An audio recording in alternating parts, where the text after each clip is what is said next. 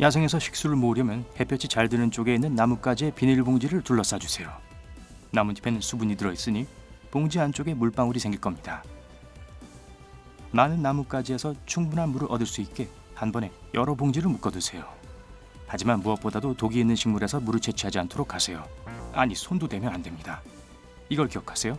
잎이 3개면 그냥 둔다. Let it be. 만약 한 줄기에서 나온 작은 줄기 3개에 각각 잎이 자라고 있다면 손대지 마세요. 가려워지거나 아프게 될 수 있습니다. 여러분 키보다 조금 더 깊은 물속에 있고 손은 등 뒤에 묶였다고 합시다. 생존 전문가들은 숨을 내쉬어서 몸을 가라앉게 하라고 합니다. 그러고 나서 바닥을 박차고 수면 위로 뛰어올라 숨을 쉬라고 하죠. 스스로 빠져나올 수 있을 때까지 계속 뛰세요. 더 깊은 물에 있다면 숨을 쉬기 위해 무릎을 굽히고 등을 구부리세요. 온 힘을 다해 다리를 곧게 펴면 손이 묶여 있어도 발차기로 해안가로 갈 수 있을 겁니다. 혹시나 빛이 없는 곳에 갇히게 되면 크레용을 촛불로 사용할 수 있어요. 30분 정도는 태울 수 있습니다.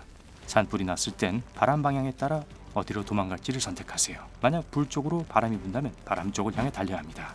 하지만 바람이 불 뒤편에서 여러분을 향해 분다면 수직으로 달아나는 게 좋을 거예요. 이렇게 하면 바람에 실려오는 불길과 불꽃 모두를 피하는 데 도움이 될 겁니다.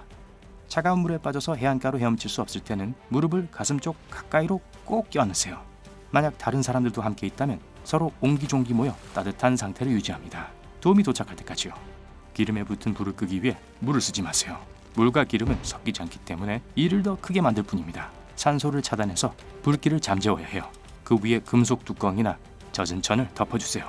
자동차 트렁크에서 탈출하려면 정말 대단한 날이네요. 안에서 트렁크 손잡이를 찾으세요. 야광 손잡이처럼 생겼어요. 2002년 이후에 제작된 모든 미국 자동차에는 손잡이가 있어야 합니다. 하지만 차가 오래되었다면 브레이크 등의 전선을 뜯어내고 발로 걷어차세요. 그러면 손을 구멍 밖으로 내밀어서 사람들에게 도움을 요청할 수 있을 거예요. 아날로그 시계가 있다면 그걸 나침판으로 사용할 수 있습니다. 손바닥 위에 평평하게 올려두세요. 북반구에서는 시침과 태양을 일직선으로 맞춰주세요. 남쪽은 시침과 12시 사이에 있을 겁니다. 만약 남반구에 있다면 12시를 태양을 향해 직접 가리켜주세요. 벌이 끊임없이 여러분에게 부딪히는 건 벌떼가 침을 쏠 계획이라는 신호니까 최대한 빨리 대피할 곳을 찾아야 합니다. 그리고 벌이 있는 곳에선 어두운 색 옷을 입지 마세요. 벌들은 그걸 위협으로 보고 방어적으로 변하기 쉽습니다. 전화 신호가 터지지 않는 외딴 곳에서 차가 고장났다면 타이어 하나를 태우세요. 짙은 검은 연기는 확실히 주의를 끌 거예요. 잠들기 전에 항상 자동차 전자키를 침대 머리맡에 놓아두세요. 만약 밤에 도둑이 침입하려 한다면 경보 버튼을 누릅니다. 자동차 경보음이 강도들을 놀라게 해서 쫓아버릴 수 있을 거예요. 이제 누군가가 여러분의 손을 금속 케이블로 묶으려고 한다고 생각해 봅시다. 발꿈치를 갈비뼈 가까이 대세요. 이렇게 하면 팔을 펼 때 손목 사이에 여분의 공간이 생길 겁니다. 조심스럽게 손목을 비틀어서 그 공간을 통해 한 손을 빼냅니다. 야생에서 식량이 다 떨어졌다고 합시다. 이런 여러분은 실제로 자작나무나 소나무 같은 몇몇 나무의 껍질을 먹을 수 있습니다. 연하고 부드러운 안쪽 부분까지 닿도록 거칠고 어두운 겉껍질을 잘라내세요. 날것으로 먹을 수는 있지만 튀기거나 끓이면 씹기 편할 거예요. 계단을 지나다닐 땐 호주머니에 손을 넣지 마세요.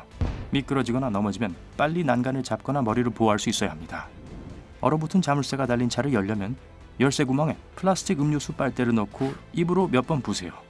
숨에서 나오는 열로 자물쇠가 녹을 겁니다. 캠핑 여행을 가기 전에 바셀린을 묻힌 손뭉치를 준비해서 밀폐된 용기에 담아주세요. 이제 여러분에겐 언제나 완벽한 부싯돌이 생겼습니다. 유사에서 탈출하려면 우선 들고 있는 무거운 것들을 없애세요. 그러면 몸이 가벼워질 겁니다. 다음에 보자. 밥 5. 몸무게를 한쪽 다리로 옮기고 천천히 다른 다리를 좌우로 흔들어서 표면 위로 가져옵니다. 그 다리를 무릎 꿇는 자세로 놓고 다른 다리도 같은 방법으로 빼줍니다. 더 깊은 유사에선 등으로 구르거나 헤엄칠 수 있도록 하세요. 단 천천히 하고 숨을 깊게 쉬세요.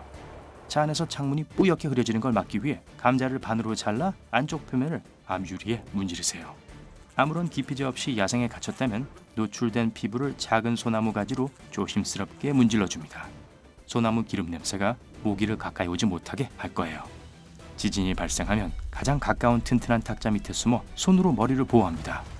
하지만 여전히 잔해 속에 갇혀 있다면 소리를 지르려고 하지 마세요. 먼지를 다량으로 들이마실지도 모릅니다. 구조원들이 여러분을 찾을 수 있게 관이나 벽을 두드리세요. 손을 씻기 위해 비누 대신에 불에서 나온 젤을 사용할 수 있습니다.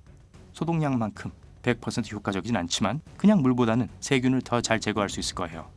구조대원들의 주의를 끌기 위해 젖은 나뭇잎을 이용해 연기를 최대한 많이 내야 합니다. 젖은 담요나 젖은 나뭇잎을 이용해 반드시 3개의 불을 피워야 합니다. 3개의 연기 기둥은 경보 신호예요. 일반 화재와 혼동되지 않을 거예요. 젖은 통나무에 불을 붙이려면 수직으로 세우세요. 그런 다음 최대한 깊게 별 모양으로 잘라줍니다. 말린 풀과 막대를 안쪽에 끼워두면 금방 불이 붙을 거예요. 손전등을 이용해 비상 경보를 알리는 방법을 외워두세요.